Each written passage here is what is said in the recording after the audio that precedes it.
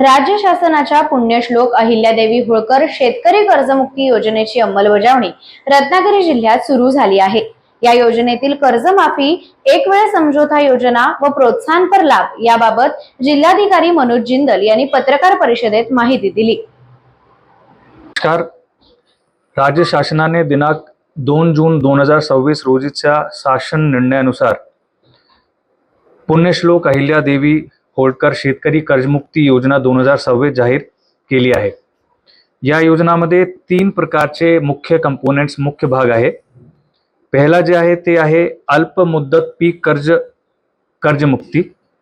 दिनांक 1/4/2019 ते 31/3/2025 या दरम्यान उचल केलेल्या पीक कर्जाची दिनांक 3/9/2025 ची थकबाकी व 31/3/2026 पर्यंत परतफेड न झालेले खात्यांना असे शेतकरी बंधवांना 2 लाख पर्यंतचा लाभ मिळणार आहे। दुसरा जे याचा पार्ट आहे ते आहे एक वेळ तडजोड योजना, म्हणजे वन टाइम स्कीम।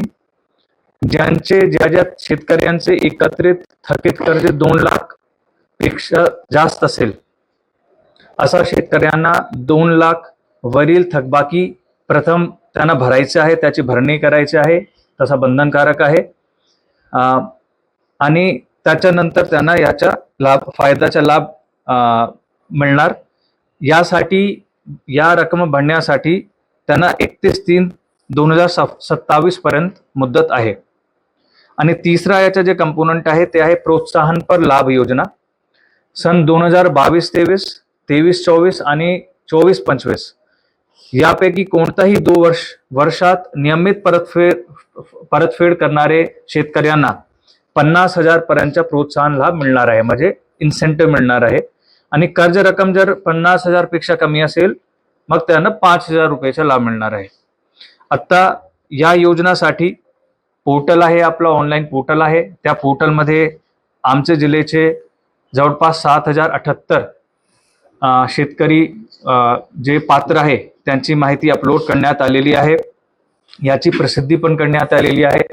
हा प्रसिद्धी संबंधित बँक ब्रांच मध्ये करण्यात आलेली आहे, त्याचबरोबर त्या गाव पातळीवर करण्यात आलेली आहे, सर्व तलाठी कार्यालयांमध्ये करण्यात आलेली आहे आणि विविध कार्यकारी सेवा सहकारी संस्थांचे जे कार्यालय आहे त्याच्यामध्ये पण करण्यात आलेली आहे। माझी सर्व शेतकरी बांधवांना आणि भगिनींना हे आव्हान आज मी आपल्या मार्फत करतो की आपल्याला बहुतेक या योजनासाठी जे आपला या याद्यामध्ये नाव असेल त्याची माहिती मिळाली नसेल तर आपण आपले गाव पातळीवर जे सेवा केंद्र असतात, आपले सेवा केंद्र आणि महाई सेवा केंद्र असतात त्याच्या माध्यमातून किंवा तलाठी माध्यमातून ही माहिती आपण घेऊ शकतात। बँक मॅनेजर च्या माध्यमातून पण हे माहिती घेऊ शकतात। आणि याच्या पुढे जे एक ॲग्रीस्टॅक आयडी आणि ई-केवायसी करणं याच्यामध्ये बंधनकारक आहे। तर आपला जर ई-केवायसी करण्यात आलेला नसेल आणि आपली ॲग्रीस्टॅक आयडी जनरेट झाली नसेल तर हे आपण तत्काळ करून घ्यावे, जेणेकरून ताबडतोब आम्ही हा लाभाचा जे हिस्सा असेल ते आपले अकाउंट्समध्ये डीपीडी द्वारे म्हणजे सरळ आपल्या अकाउंटामध्ये ट्रान्सफर करू शकतो।